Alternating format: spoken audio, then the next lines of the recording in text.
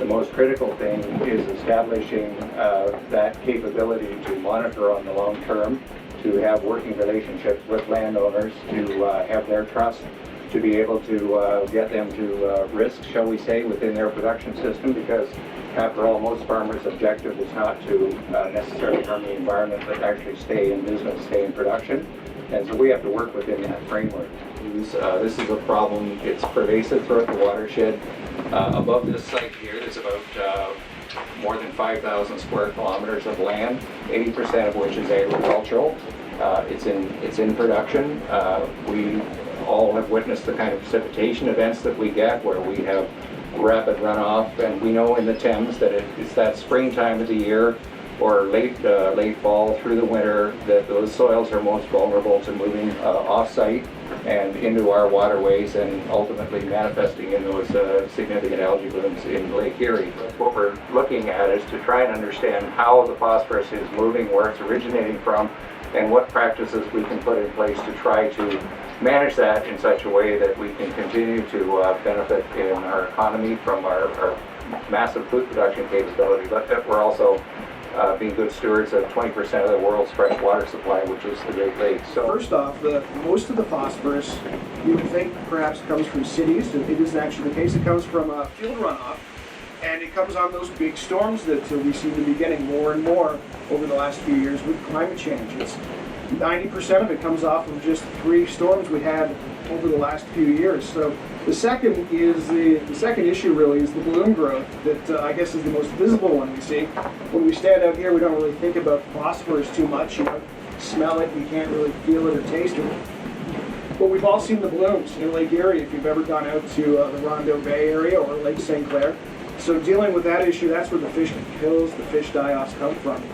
So again, I'm looking forward to, I know the council table in Chatham-Kent and Essex and Lakeshore have all passed resolutions to deal with this issue. And again, looking forward to working through the collaborative, through councils, through the Lower Thames Valley to deal with the issue. This is a learning curve for all of us. There's nobody that has all the information. And that's one of the things that the OFA was pushing with and got involved for that reason, that we need a base to start with before legislation starts to occur. So when you start looking at the urban population against the rural population, it's very easy to fall into that legislative type category to immediately cure something if you have no idea what you're doing, which is only going to cause more problems. So on a voluntary basis, for everybody to be working forward on this, in the collaboration of all the different groups that have come together, which already has been mentioned, Ontario Corp is another one. There's many of them that are involved with this, and everybody is putting funds into it.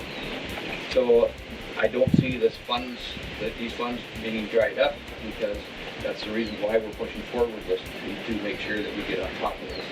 There's many different sources of phosphorus too, so we have to figure out which one is the major problem, where it's coming from, and how we're going to improve that. This came about when Toledo had to close off their water system in 2014 because of the algae bloom that had been exposed to the cyanobacteria that got pulled into the water system, and that's a toxic bacteria.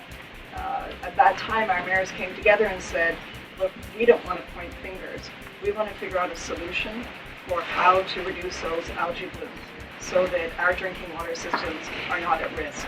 And that's when the OFA and the Cities Initiative came together in this collaborative. And since then, it's grown to that long list of partners that you see. We're thrilled to be working with the OFA and all the partners. The drainage superintendents have been enormously helpful. The agricultural groups, the Chippewas of the Thames, environmental groups like Freshwater Alliance, we're all in this together. And the whole point of it is to retain control and treat. So when we came together, we saw that agricultural groups are doing very good work on how they apply the fertilizer and improving those best practices.